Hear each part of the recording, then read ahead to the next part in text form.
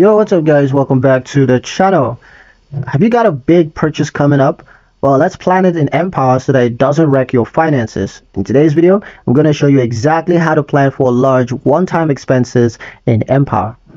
First step is to open Retirement Planner. Go to Planning, Retirement Planner.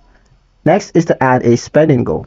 So you're going to click Add Goal and then choose Major Purchase or Custom Events. Step 3 is to enter details. You're going to set the amounts, the year, and category like home renovations, car, or vacation. Step 4 is to review impact. Check the updated projection to see if this expense affects your future balance or readiness score. And the final step is to adjust funding plan. Use cash reserves, sell specific investments, or spread the cost across year to minimize impact.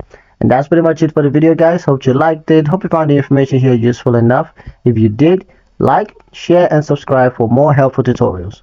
Thank you guys for watching, and I'll see you in the next one.